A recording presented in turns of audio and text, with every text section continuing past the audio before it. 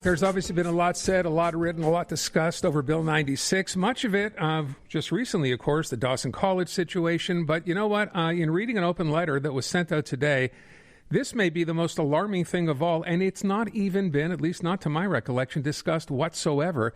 And that is how Bill 96 might affect our healthcare system.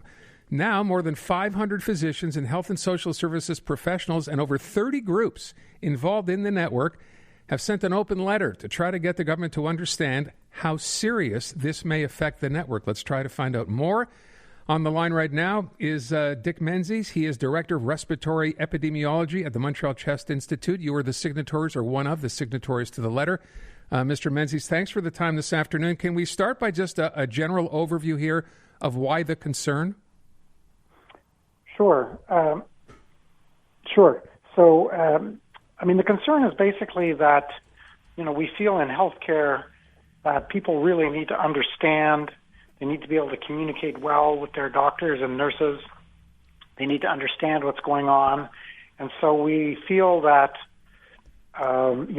it's absolutely of primary concern to us that we speak to people, we communicate with people in whatever language they can understand best, so that we can really both get all the information we need and explain everything to them and give them the care they need. So as you understand it, this bill, which again is still going through, reading, the way you understand it now, would that take away that option from you to treat patients that way? Yes, this doesn't take away the option for every patient, of course, but basically for the foreign-born, so immigrants and refugees and that sort of thing, students, workers, whatever, who have been in the province for more than 6 months, we are not supposed to communicate with them except in French. And so we can't, give them materials in their own language, printed materials. We can't call in a translator. We can't speak to them if we know other languages in those languages, including English, of course, but, if you speak Spanish, you're not supposed to speak to them in Spanish, and so on. So it really could, I've been in practice for over 30 years, and frankly, my practice population is a lot of immigrants, a lot of new Canadians, and, I rely on translation services and translated materials to really help me take care of these patients.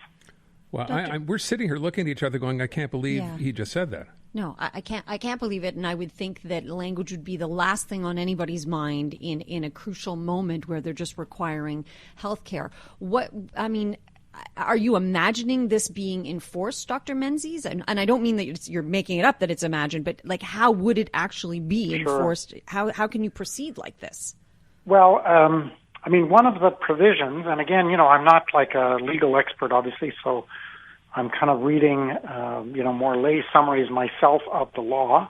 But one of the provisions is that anybody can make a complaint to the Office de la Langue Française that, I spoke to somebody in Spanish or I called in a Vietnamese interpreter or whatever, and that then the office can come and I think they can fine the institution, but they can certainly slap a fine on me.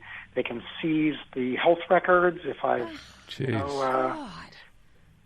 so it's quite invasive. They can look at confidential health records. It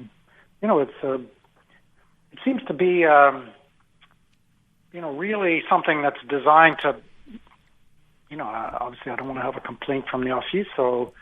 You have to be careful, perhaps, but honestly, I have to communicate with people. You have to understand what's going on. They say they have, chest pain. You want to know, you really need to know what's going on. So you've asked for an exemption, but we know this government isn't exactly, how can I put it politely, not great at accommodating, shall we say. So do you feel like this letter will get you this exemption, or then what happens next? Well, as you pointed out right at the beginning, this is something that has not been, in the public eye. We don't think that people have been talking about it enough. It's kind of going under the radar, and we think if people really think about it, talk about it, that the government will take a moment to reflect that this is indeed something serious, something that could jeopardize people's health, could jeopardize health care, and, we'll step back and say, yes, it's reasonable to give an exemption to the health services. I'm more bothered by the fact that it's taken your organization, and these groups, these 500 doctors and organizations, to point this out. Why was this, or how is it possible this was not even brought up during reading of this bill? Where is the health critic for the other opposition parties? I mean, I'm not asking you that you know, but I'm just saying it's frightening to think it hasn't happened till it got to this point. Sure. I mean, what can I say? I don't have good insight into how the process works. I know everybody's obviously been very distracted with COVID, and all the crises surrounding that.